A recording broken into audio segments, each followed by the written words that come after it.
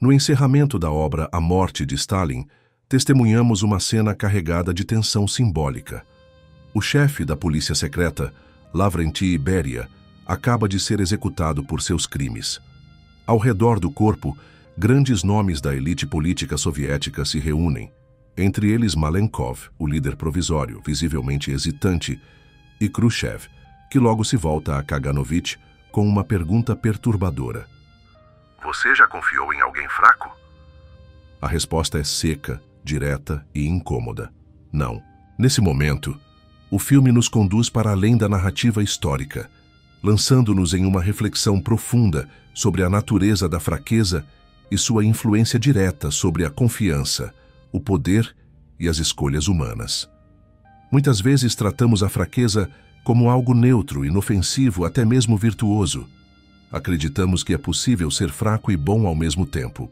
Porém, essa cena levanta um ponto filosófico que não pode ser ignorado. E se a fraqueza for, na verdade, um tipo de desonestidade com o mundo e consigo mesmo? Essa é exatamente a provocação que Friedrich Nietzsche deixou em suas obras mais impactantes. Então, se você deseja entender os motivos que levaram Nietzsche a escrever tais obras, fica comigo até o final, pois nesse vídeo mostrarei por que esse filósofo odiava pessoas fracas. Curta o vídeo, inscreva-se no canal e seja bem-vindo ao fim da ignorância. Nietzsche não via a fraqueza apenas como falta de força física ou de coragem. Para ele, havia algo muito mais perigoso por trás desse comportamento. A fraqueza, segundo sua filosofia, é frequentemente uma negação da verdade interior. É o ato de fugir da realidade, de mascarar desejos, de se esconder sob justificativas e discursos vazios. Em outras palavras, a verdadeira fraqueza é não ter coragem de ser sincero. E para ilustrar essa ideia, podemos olhar para um conto melancólico de Dostoiévski. Nele, um jovem apaixonado passa noites ao lado de uma moça chamada Nastenka. Eles compartilham confidências, risos, sonhos. Ela, porém, acredita ainda estar ligada a um antigo amor, até que no final, quando esse homem reaparece, ela o escolhe, deixando o protagonista sozinho, tentando se convencer de que está tudo bem. Mas não está. Essa tentativa de disfarçar a dor, de fingir que aquilo não importa, é para Nietzsche o exemplo mais claro de uma fraqueza perigosa, a desonestidade emocional. Quando fugimos da dor ao invés de enfrentá-la, quando inventamos narrativas para mascarar frustrações, estamos nos rendendo a um tipo de covardia que nos paralisa. Essa recusa em olhar para dentro e admitir as verdades incômodas está presente em várias passagens das obras de Nietzsche, especialmente em Assim Falou Zaratustra e Além do Bem e do Mal. Ele enxergava com desprezo aqueles que abdicavam da própria vontade em nome de ilusões ou confortos momentâneos. A verdadeira força, segundo ele, é a capacidade de agir de acordo com o que realmente se deseja, mesmo que isso exija sofrimento ou ruptura. Essa visão é essencial para entender o contraste que Nietzsche faz entre o forte e o fraco. Não se trata de poder bruto, mas de clareza interna. Quantas vezes você mesmo já fingiu que estava tudo bem apenas para não desagradar? Quantas vezes você reprimiu o que queria dizer porque temia o julgamento alheio? Nietzsche diria que, nesse momento, você não foi ético, nem nobre. Você foi fraco. E mais, essa fraqueza te afastou da sua própria liberdade. Porque toda vez que mentimos para nós mesmos, nos tornamos escravos de uma máscara que, mais cedo ou mais tarde, nos sufoca. Nietzsche também observa que há um tipo específico de fraqueza que se esconde sob um véu de humildade ou resignação. É aquela postura de quem diz, não era para ser, quando, na verdade, nunca teve coragem de lutar. Um exemplo claro é o protagonista do conto Noites Brancas, de Dostoiévski. Ao ser deixado por Nastenka, ele tenta se convencer de que tudo está bem, que ela merece ser feliz com outro, mas esse consolo autoimposto é apenas um disfarce para a dor que ele se recusa a encarar.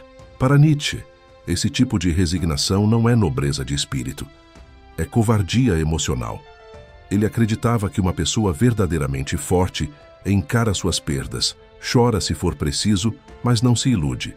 Porque se enganar é abrir espaço para o ressentimento. E é nesse ponto que Nietzsche identifica o verdadeiro perigo. Em A Genealogia da Moral, ele afirma que quando não conseguimos aquilo que realmente desejamos, seja amor, poder ou reconhecimento, tendemos a negar esse desejo, depreciando aquilo que antes valorizávamos. Dizemos a nós mesmos que não era tão importante assim. Mas essa é uma forma disfarçada de fracasso.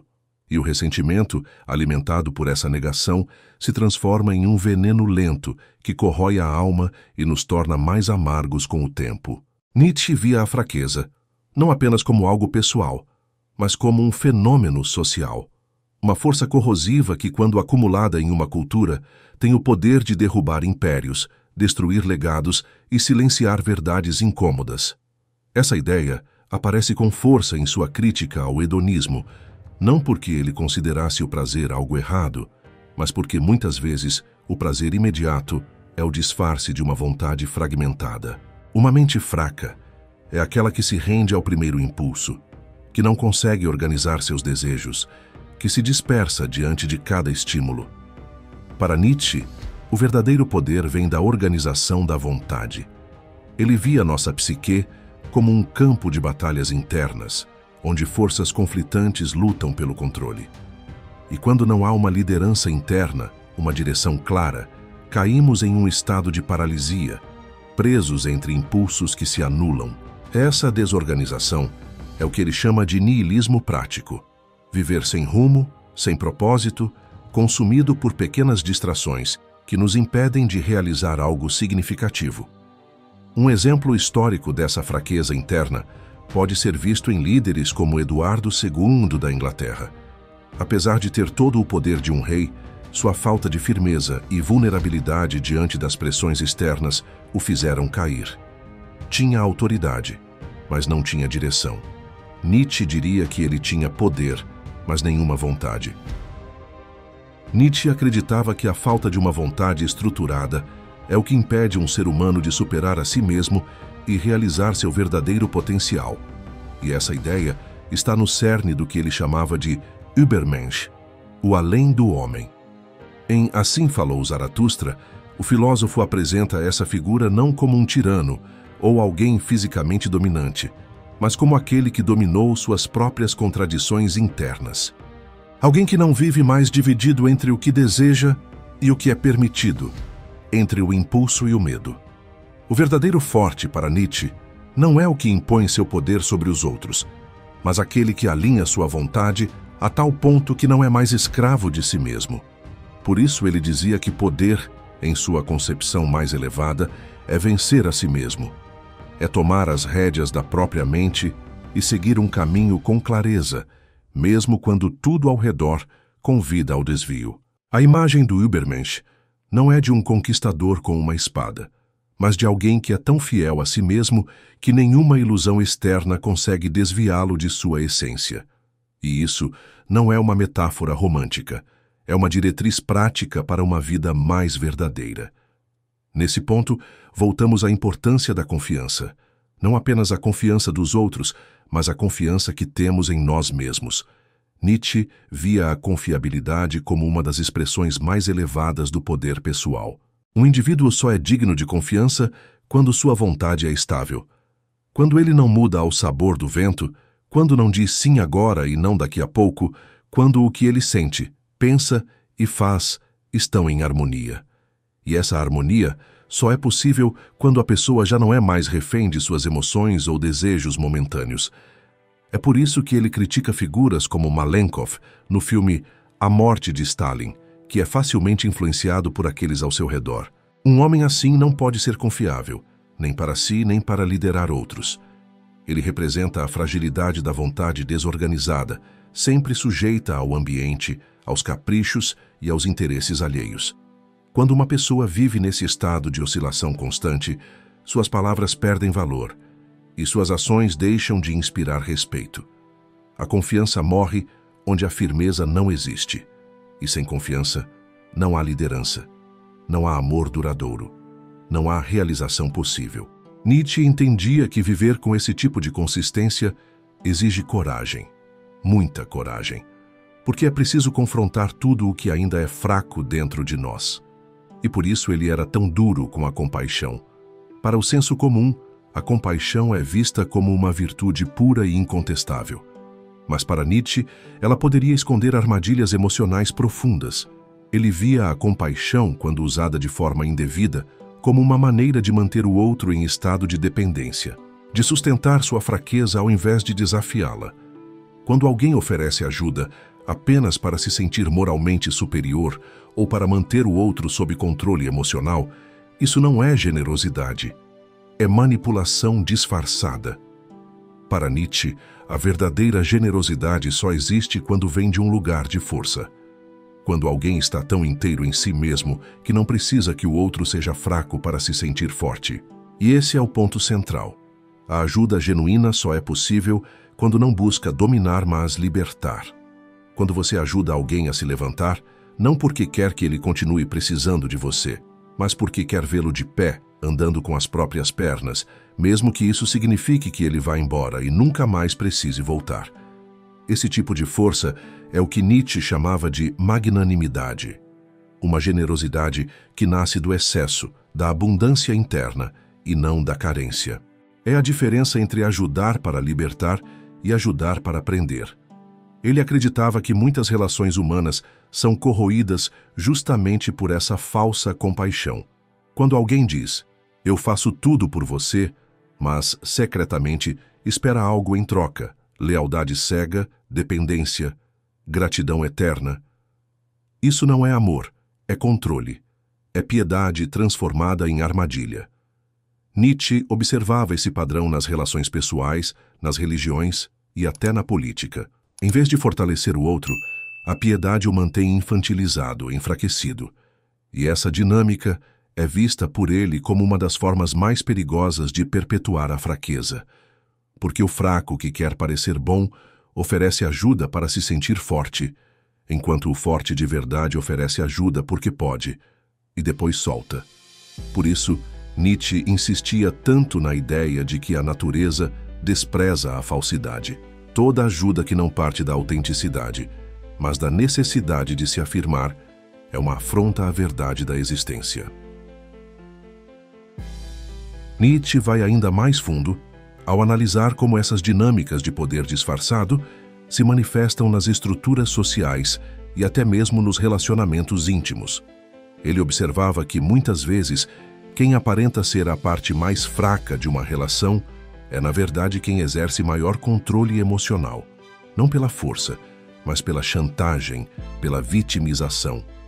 É o caso típico do parceiro que se declara incapaz, frágil, e que faz o outro se sentir responsável por seu bem-estar. Nietzsche via nisso uma forma de tirania invertida. Não aquela que impõe pela força, mas a que manipula pela culpa. Essa piedade estratégica, como podemos chamar, se tornou uma forma silenciosa de domínio. Em vez de fortalecer o outro e estimulá-lo à autonomia, esse tipo de piedade o condiciona a uma posição de subordinação emocional. E aqui entra um ponto-chave da filosofia nietzschiana: a autenticidade do gesto, a verdadeira força, e, portanto, o verdadeiro amor não busca manter o outro dependente, mas livre. O ato mais elevado não é carregar alguém nos braços para sempre, mas ensiná-lo a caminhar sozinho, mesmo sabendo que ele poderá um dia se afastar. Essa distinção sutil entre compaixão verdadeira e piedade manipuladora é central para compreender uma das críticas mais duras de Nietzsche à moral tradicional. Ele via muitos valores exaltados pela cultura e pela religião, como humildade, obediência, resignação, como expressões envernizadas da fraqueza. Em Além do Bem e do Mal, ele fala sobre os novos filósofos que deveriam surgir. Homens e mulheres dispostos a quebrar esses padrões, não por egoísmo, mas por integridade. Esses pensadores, segundo ele, não se deixariam guiar por convenções herdadas, mas criariam seus próprios valores, a partir da força, da autonomia e da superação constante. Eles não rejeitariam a ajuda mútua, mas a ofereceriam com sabedoria. de forma a despertar poder no outro, não dependência. Em vez de reforçar fraquezas, esses novos filósofos acenderiam chamas internas, e é por isso que Nietzsche era tão crítico com os sistemas que, sob o pretexto de caridade, cultivavam rebanhos dóceis, anestesiados e obedientes. Ele sonhava com uma humanidade mais corajosa, menos inclinada a se esconder atrás de muletas morais. Uma humanidade capaz de amar a vida em sua inteireza, inclusive nos aspectos que doem. É nesse ponto que surge um dos conceitos mais poderosos de Nietzsche, o amor fati, ou amor ao destino. Inspirado pelos estoicos, ele levou essa ideia ao extremo. Para Nietzsche, não bastava aceitar o que acontece. Era preciso amar até mesmo as dores, as perdas e os fracassos. Não como vítimas resignadas, mas como artistas que transformam sofrimento em força. O amor fati é a capacidade de olhar para cada tragédia da vida e dizer: sim, eu escolho isso também. É um exercício radical de afirmação. Nietzsche sabia o que estava dizendo. Ele próprio enfrentou doenças debilitantes, crises existenciais profundas e isolamento. Mas ao invés de usar isso como desculpa para o cinismo, ele mergulhou mais fundo em sua filosofia. Transformou sua dor em combustível para criar ideias que atravessariam séculos. E é por isso que ele via em figuras como Jesus não apenas um símbolo religioso, mas um exemplo de força interior quase divina, não pelo dogma cristão, mas pela capacidade de suportar a dor, o desprezo, a traição, sem ressentimento. Jesus, em sua visão, era alguém que aceitou o destino até o fim, sem se esconder atrás de justificativas ou revoltas. Isso, para Nietzsche, era poder. O tipo mais raro e mais verdadeiro. Mas se Nietzsche exaltava essa força silenciosa, também alertava para o perigo representado pelos pensadores fracos.